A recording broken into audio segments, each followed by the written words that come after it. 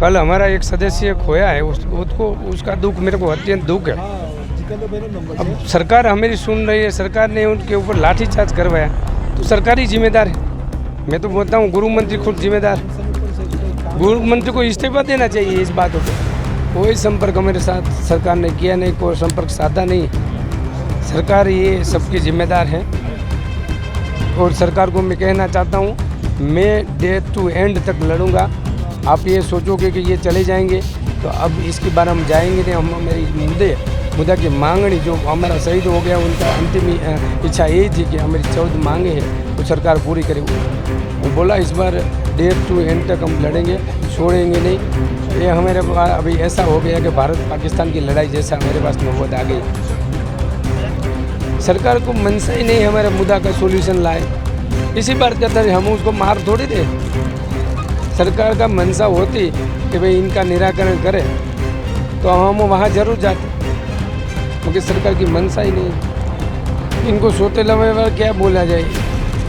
दुख तो ये बात का है, हम भारत पाकिस्तान की लड़ाई से बच के आए, कारगिल लड़ाई से बच के आए। यहाँ आंतरिक लड़ाई में हमारे भाई शहीद हो रहे, तो सोतेला व्यवहार नहीं, भारत पाकिस्तान जैसा व्यवहार तो हम समझ रहे हैं। वहाँ से बच के आए, यहाँ शहीद हो गए। अब सरकार समझे इस बात को, क्या बोलेंगे हम इसको। नमस्कार, मैं हूं अनिल पटेल और मैं अभी पूर्व सैनिकों के बीच में हूं। जिस तरह से कल एक घटना हुई उसके कारण सभी पूर्व सैनिकों के अंदर एक दुख है कि उनका एक जवान जो है कल शहीद हो गया। उनको दुख इस बात का ज़्यादा है कि अगर वो बॉर्डर पर शहीद होता तो उसके लिए गर्व होता, लेकिन वो वहाँ से तो बचकर आ गया, लेकिन यहाँ पर शहीद हो गया। हमारे साथ पूर्व सैनिक संघ के प्रमुख हैं जो अनशन पर हैं। 24 घंटे से ज़्यादा का समय हो गया है और सरकार ने अभी तक कोई बात नहीं सुनी। हम जितने देर निमाव जी से बात करेंगे। निमाव जी, कल जिस तरह से पूरी घटना हुई है, आपका एक जवान जो है वो शहीद हो गया, यहाँ पर शहीद हो गया। सबसे पहले आप किसको तो जवाबदार मानते हैं इसके लिए? बिल्कुल हाँ, ये जो सरकार है उनको जवाबदार मानेंगे। कल हमारा एक सदस्य खोया है, उसको उसका दुख मेरे को अत्यंत दुख है। अब सरकार हमारी सुन रही है, सरकार ने उनके ऊपर लाठीचार्ज करवाया तो सरकार ही जिम्मेदार है। मैं तो बोलता हूँ गुरु मंत्री खुद जिम्मेदार है। गुरु मंत्री को इस्तीफा देना चाहिए इस बातों पे। आदेश किसने दिया पुलिस को? इस बात की जांच पड़ताल होनी चाहिए। हमारा एक सदस्य लड़ाई का मैदान में से बच के आए हैं और यहाँ आके शहीद हो गए हैं। इस घटना को क्या पाकिस्तान चाइना की लड़ाई देखे, इस घटना को क्या चाइना और भारत की लड़ाई देखे, क्या पाकिस्तान और भारत की लड़ाई देखे? ये खुद सरकार को सोचना है। सरकार हमारे प्रति संवेदना नहीं दिखा रही है। आप समझो, मैं कल से अनशन पर हूँ, आज मेरा दूसरा दिन अनशन पे है। सरकार को कोई भी जरा भी कोई प्रतिनिधि ने आपका संपर्क करने की कोशिश की या कुछ बात करने की कोशिश की? इतनी बिल्कुल घटना हो गई थी, आप लोग सिविल में रहे, उसके बावजूद भी किसी ने संपर्क नहीं किया? कोई संपर्क हमारे साथ सरकार ने किया नहीं, कोई संपर्क साधा नहीं। सरकार ये सबकी जिम्मेदार है और सरकार को मैं कहना चाहता हूँ, मैं डेथ टू एंड तक लड़ूंगा। आप ये सोचोगे कि ये चले जाएंगे तो अब इसके बारे हम जाएंगे नहीं। हम मेरी मुद्दा की मांगनी जो हमारा शहीद हो गया उनका अंतिम इच्छा यही थी कि हमारी 14 मांगे हैं वो सरकार पूरी करे। उनकी मांगों को पूरी करवा के रहूँगा। और इवन सरकार को ये भी कहना चाहता हूँ, जो भी हमारा शहीद हुआ है उनके लिए 1 करोड़ आर्थिक सहाय, उनका शहीद इनका परिवार में से एक को सरकारी नौकरी, उनको उनका स्टेचू यहाँ गांधीनगर में बनना चाहिए। और जो भी पुलिस अधिकारी, जो भी कर्मचारी जवाबदार है उसको डिसमिस फ्रॉम सर्विस करना चाहिए। और जो भी कानून लगता है मारने के लिए, 302 या अन्य कानून लगता है वो सब लगाए। उनको एसटी समाज का था, एट्रोसिटी भी लग सकता है। ये सब कानून उनके ऊपर लगना चाहिए, उनको डिसमिस होना चाहिए। कल जिस तरह से सर पूरी घटना हुई है, उस घटना के बाद जिस तरह से पूरा वाकया हुआ, उसकी फैमिली बॉडी ले गई, आपको लगता है आप लोगों के पास में ऑडियो वीडियो प्रूफ भी था जिस तरह से पूरी घटना को हुआ, वहाँ पुलिस उसको मार रही थी बाद में, उसके बावजूद भी कोई बात को सुनी नहीं गई आप लोग? अब आप लोगों ने कहा था कल कि आप कोर्ट का रास्ता भी देख सकते हैं इसके लिए। आगे ये भी कर सकते हैं, कोर्ट का रास्ता भी देखेंगे, जरूर पड़ने पे और भी निर्णय लेंगे। अभी सरकार के पास टाइम है, सरकार अगर सुन लेती है तो ठीक है, नहीं तो आगे और भी रणनीति हम करेंगे।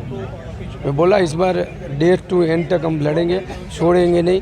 ये हमारे पास अभी ऐसा हो गया कि भारत पाकिस्तान की लड़ाई जैसा हमारे पास नौबत आ गई।